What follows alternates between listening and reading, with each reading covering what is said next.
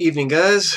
This is James Trauben. I'm the editor and one of the writers for Pixelated Geek. Well, one of the editors. And I'd like to talk about a particular topic that's come out recently in the whole furor over gun violence and its relationship to video games. Now, obviously, I'm biased. I'm a gamer. I like video games. I don't think they've driven me crazy. But there was a recent event in the Missouri legislature where a bill was introduced by Representative Diane Franklin to tax video games in functionally the same fashion or a similar fashion as we do tax, say, cigarettes. That is, apply a 1% tax that would be used to treat people who are suffering from the effects of exposure to violent video games. Now, it's kind of convenient that in either defiance of or the absence of actual evidence suggesting a violent video game connection with violence, you can just decree this is the case. But that's another topic altogether. By the same token, there's a town in Connecticut that is going to buy back and then burn video games. This was announced earlier in the month. And so the consistent trend is that which we've seen before, that if video games are corrosive, corruptive, that they basically do nothing but harm you. And I think as gamers, we know that's not true. We know that games are capable of, positive experiences, in some cases transformative experiences. But we've allowed the discussion to take place entirely under the terms of antagonists to the industry, or more precisely to the culture. Who cares about the industry? That being that, we don't speak for ourselves. And I think perhaps we should. So what I and some of the other staff at Pixelated Geek are going to do is we're going to do a little video series where each of us talks about ways in which video games have helped us to grow. Transformative experiences in games, in ways that they have, affected us in the same way that a really good book or a really good movie would do. I've got a couple. I've actually got a lot. I've been a gamer since first grade. My first system was Super Nintendo. My first game was Super Mario World. Then it was Secret of Mana and Legend of Zelda: Link to the Past. So I've been a gamer for a long while. And it has had a very strong influence on me. Obviously, I haven't snapped and golfed and hurt anybody, or else I wouldn't be doing this. But it has done all sorts of things for me. I learned to read as much through games as through books. I learned some of my heroes from games. I mean, when I was young, I thought Cloud Strike was the coolest thing ever, like a lot of us. I cried when Eris died. I could repeat all the cliches to you, but I don't need to because you know them already. But there's been other things too, because games really use violence, I think, most of them as context. Violence itself is not hugely interesting. It's just something that happens. The only reason it's interesting is because of the context in which it takes place, and games rely on that like any other storytelling medium. I can give a couple examples. A big one is a game called Flower. This is an easy one because it's actually not technically a violent game. Flower, for those of you who don't know, is a game where you control the wind that picks up petals from various flowers as it moves along. And as you take these petals and blow the wind across, you will bit by bit restore the landscape around you. By doing this, it's kind of like they describe it as a visual poem, and it's actually a very accurate description. You get some really beautiful imagery and some really touching, just visual storytelling. Even though there's no people in it, there's no characters, there is a sense of forces.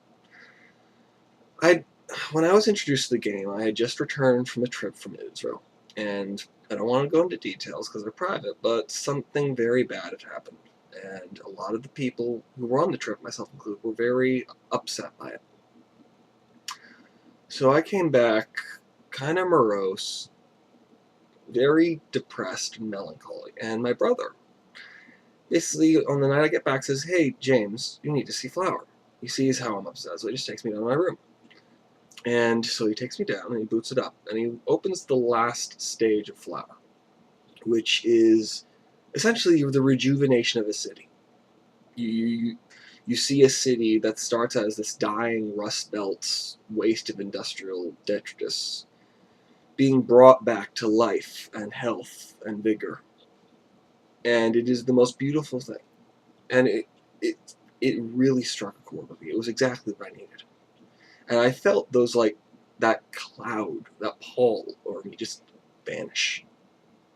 And to this day, I play it and I find it very touching.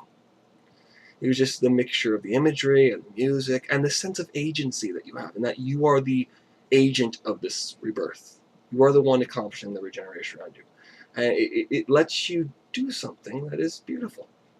I found it amazingly touching.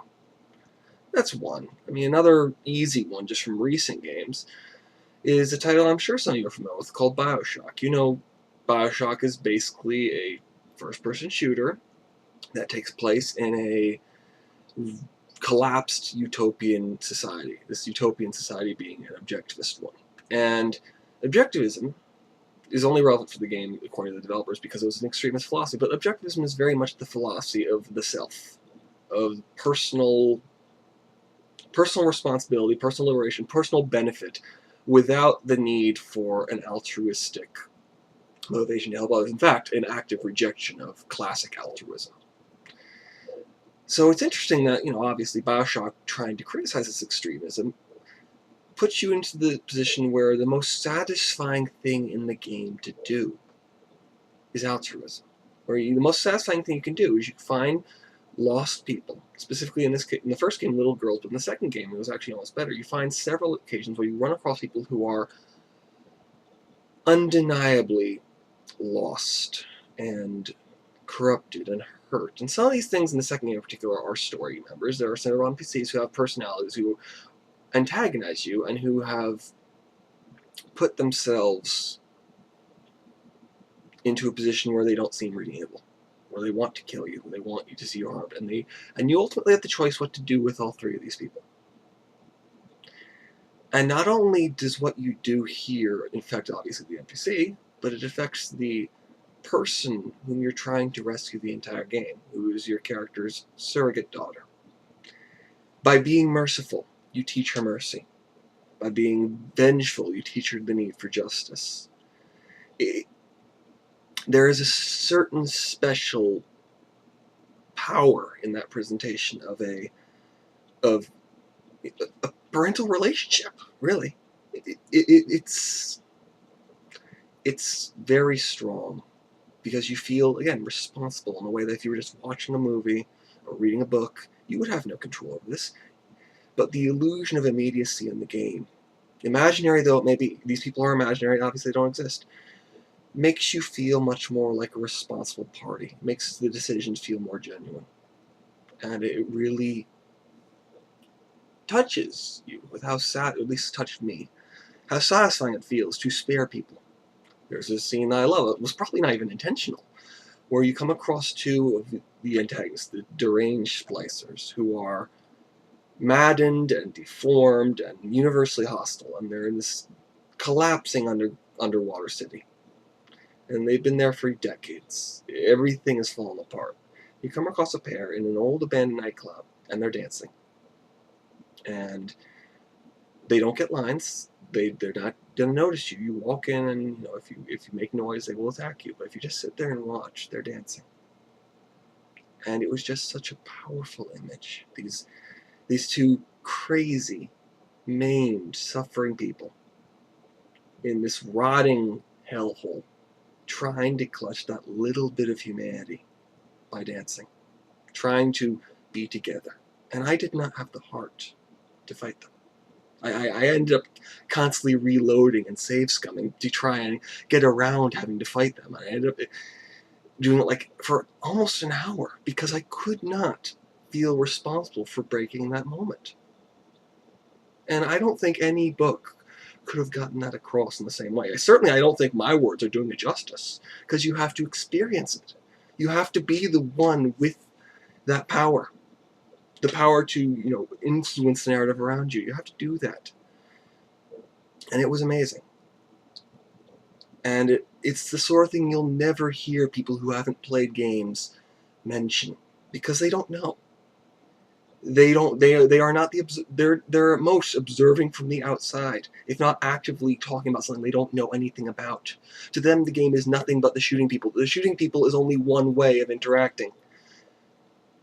and it's only meaningful in the context of the experience around it. I mean, yeah, Bioshock has decent combat powers. Yeah, you can do some horrible things, but that's not what makes it satisfying. It's not what makes it stick here and here. You have to experience that. And I think we all have moments, all gamers who have had moments when they came across something like that, even if it's in a game that's not necessarily a story-oriented title.